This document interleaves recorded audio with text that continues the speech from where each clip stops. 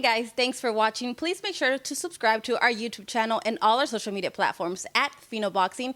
You can follow my personal social media at Adriana_sports. Enjoy. I thought I was fine, but whatever. That's his job, and if that's what he felt, that's what he did.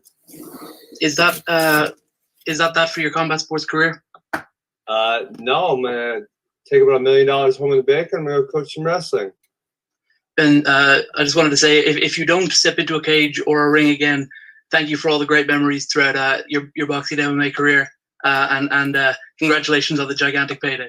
You got it. All right, next up is Euro under King. All right, Ben, the main question here is, do you think that Taylor and Dake can both pull away with Olympic gold medals this year? I think the United States American wrestling team has, both on the women's side and the men's side, we have a lot of really good chances at medals. I mean, I think probably 4 or 5 in men's freestyle, and I mean, we have the opportunity to get 6 in women's freestyle, so it could go really well. All right, thanks, Ben. Okay, next up is Perfect Parlay Pursuit.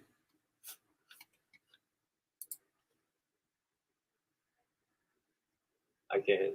He's not in volume. All right, next up is Joe Lee. No, I'm here. Sorry. Ben, just wanted to ask real quick, what do you think about Cardano, specifically Charles Hoskinson?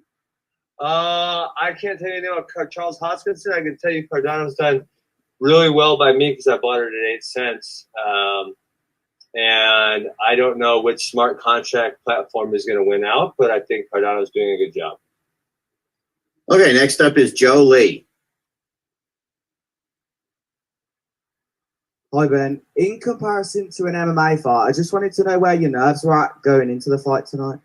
I wasn't nervous at all because, at the end of the day, my life doesn't change one way or the other. In MMA, I was always pursuing or defending a world title, really. And, today I was doing a fun boxing match. And if it turned out great, then great. If it turned out shit, then my life is the same. So there were really no nerves whatsoever. And just quickly, was it true about 6ix9ine asking to walk you out tonight? That is true. And Tyron and then 2 people after him said, no way, Jose. Okay. Commiserations, and hopefully we'll see you back again soon. I will not be back again. She'll come to wrestling. In any sort of cage. I will not be in any sort of cage. All right, next up is Jeremy York.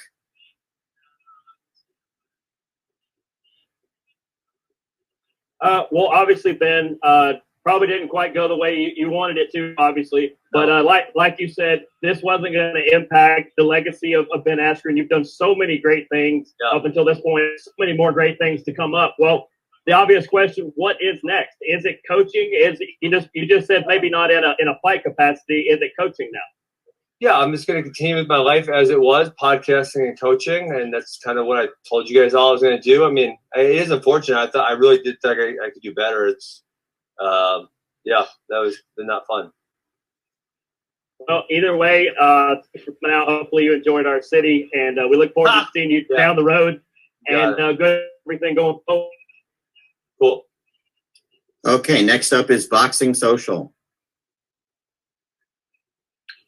Ames here for Boxing Social in association with Betfred. Ben, unfortunately with the loss and the way it went down, there'll be a level of ridicule that comes with it undeservedly.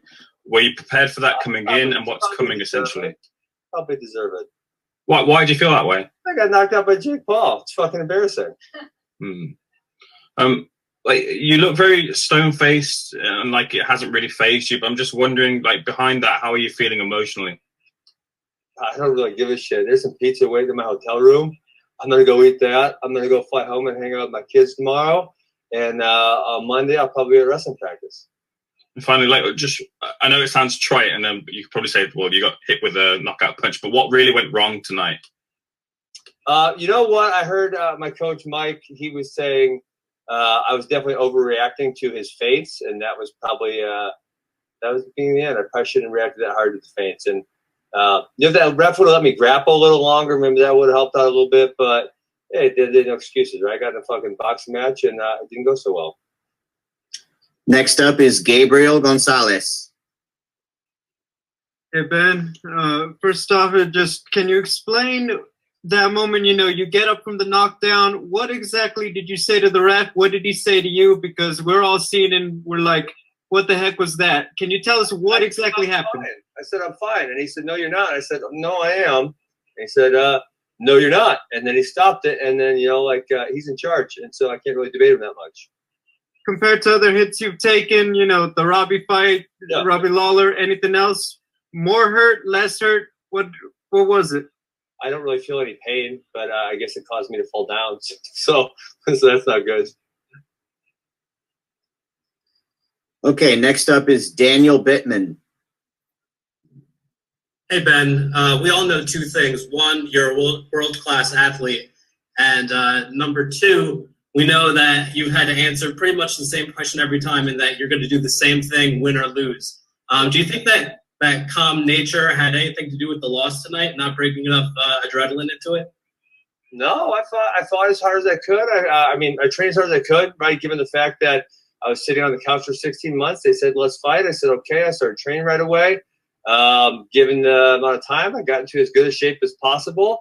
And I took it seriously. I was very disciplined in my training, so I don't really – I have no excuses, right? And like I said, I was very comfortable going in there. I don't know. I just got hit with a hard punch, I guess. Absolutely. Thank you, Ben, for a great career. Yep, appreciate it. Next up is Hans Themistode.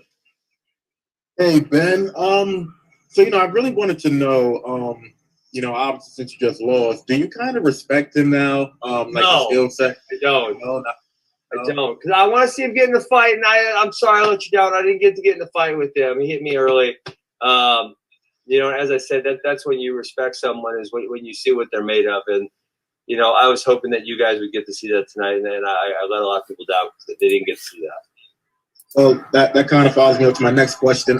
Do you feel like you let the MMA community down? Because, it was a boxing ring, and I guess technically you did say that I didn't let the MMA community down. I let the world down. People fucking hate Jake Paul, and they wanted to see me make him miserable, and I didn't do that. So I didn't let the MMA community. I let the world down. And if I could just ask you this one last thing, obviously you were in MMA. If there's one person from MMA kind of around his weight class, who was that guy that you would kind of nominate? Tyron Woodley? I would love Tyron to whoop him up. Tyron wants to fight Askren de la Hoya, but I would love for Tyron to fight Jake Paul. He's a significantly better boxer than I am. So that would be my guy. Gotcha. Thank you, man. Really appreciate it. Got it. And next is Paul Gant, Go For It Radio. Ben, how are you, sir? Good. So, what do you see in terms of Jake Paul and his future in boxing? Do you think there is a I don't give future? a shit about Jake Paul. Next question. Have a nice night. You got it. Ben, thank you. Yep. Have a good day. Peace. All right.